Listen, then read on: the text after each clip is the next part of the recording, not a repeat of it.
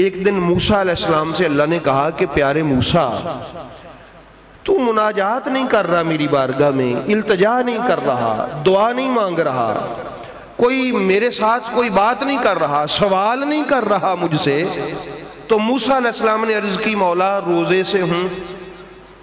تو میرا منہ خوشبودار نہیں ہے، میرا منہ خوشبودار نہیں ہے۔ یہ انسان پانی پیتا رہتا ہے، چائے پی لی، جوس پی لیا، کھانا کھا لیا، معدہ اس کا ٹھیک ہے تو اندر سے پھر وہ والی جو معدے کی سمیل ہے وہ منہ سے سمیل نہیں آ رہی ہوتی، لیکن روزہ دار کے آ رہی ہوتی ہے خالی معدے کی وجہ سے۔ موسیٰ علیہ السلام نے جب یہ کہا نا کہ میرا منہ خوشبودار نہیں ہے، میں روزے سے ہوں،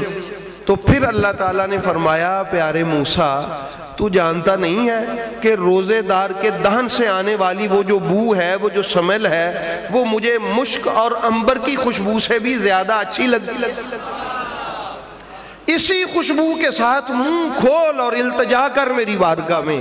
دعا مانگ، سوال کر، مجھے یاد کر، میرا ذکر کر۔ یہ خوشبو مجھے دنیا کی خوشبوؤں سے زیادہ اچھی لگتی ہے، مشک اور عنبر کی خوشبو سے مجھے زیادہ اچھی لگتی ہے، اس لیے روزہ تو رکھ لیا ہے، دعا مانگ مجھ سے، اب التجا کر میری بارگاہ میں۔ میں صرف تیری التجا ہی نہیں سنوں گا، بلکہ یہ جو تیرے اندر سے سمیل آ رہی ہے، میں اس سمیل کو بھی میری بارگاہ میں عزت عطا فرمائی جائے گی۔ ایسے ہوتا ہے کہ میرے منہ سے شاید سمیل آ رہی ہے، بندہ پیچھے ہو جائے گا، تو اس لیے احباب گرامی، حضور نبی رحمت صلی اللہ تعالی علیہ وآلہ وسلم کے غلاموں، یہ کتنی خوش بختی ہے کہ اللہ نے ہمیں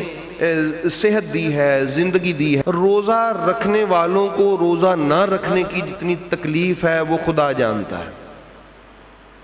آپ میں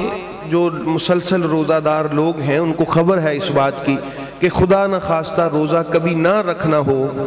تو کتنی تکلیف ہے اس کو کہ یار میں روزہ ہی نہیں رکھ رہا۔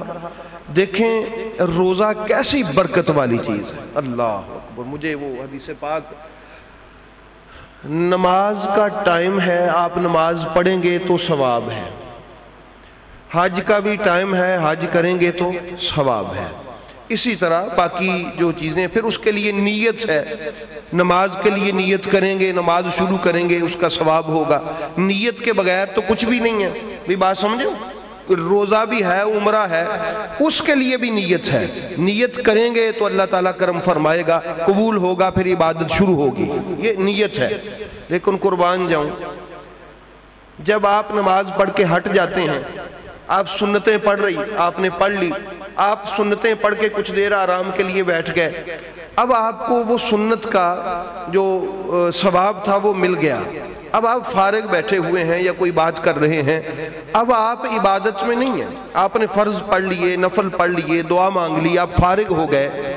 مخصوص وقت ہے ہر عبادت کا۔ لیکن روزہ کیسا اللہ تعالیٰ کا انعام ہے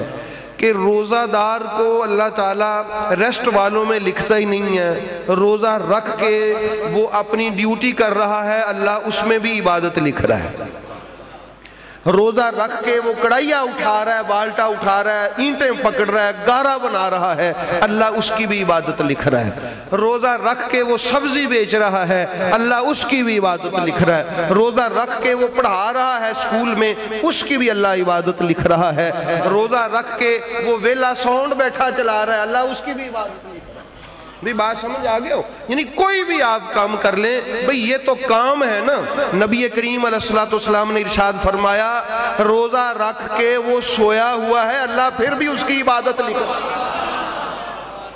اندازہ کر، ستے بندے دے بھی گھنٹے چل رہے ہیں، وہ دے ٹائم لگ رہا ہے ستے بندے دا، حالانکہ سوئے ہوئے کو کوئی مزدوری نہیں دیتا، اور ڈیوٹی پر آئے ہوئے بندے کو کوئی سونے بھی نہیں دیتا، ایسا ہی کوئی نہیں سونے دیتا۔ لیکن یہ دیکھیں اللہ کی کتنی کرم نوازی، وہ تو کام کر رہا تھا نا، چلو وہ تو کہا کہ یہ کام کر رہا ہے، اس نے روزہ رکھا ہے۔ نبی کریم علیہ السلام نے فرمایا روزہ رکھ کے بندہ سو گیا ہے، اللہ اس فرشتے کو کہتا لکھی جا، عبادت میں وہ 2 گھنٹے سویا ہوا ہے، وہ عبادت میں، وہ جتنا بھی آرام کر رہا ہے وہ عبادت میں۔ اور پھر اس سے بھی بڑی بات آپ سے عرض کروں، قربان جاؤں، سبحان اللہ، نبی کریم علیہ السلام نے ارشاد فرمایا یہ تو سویا ہوا ہے نا، کچھ پڑھنا تو عبادت ہوتا ہے،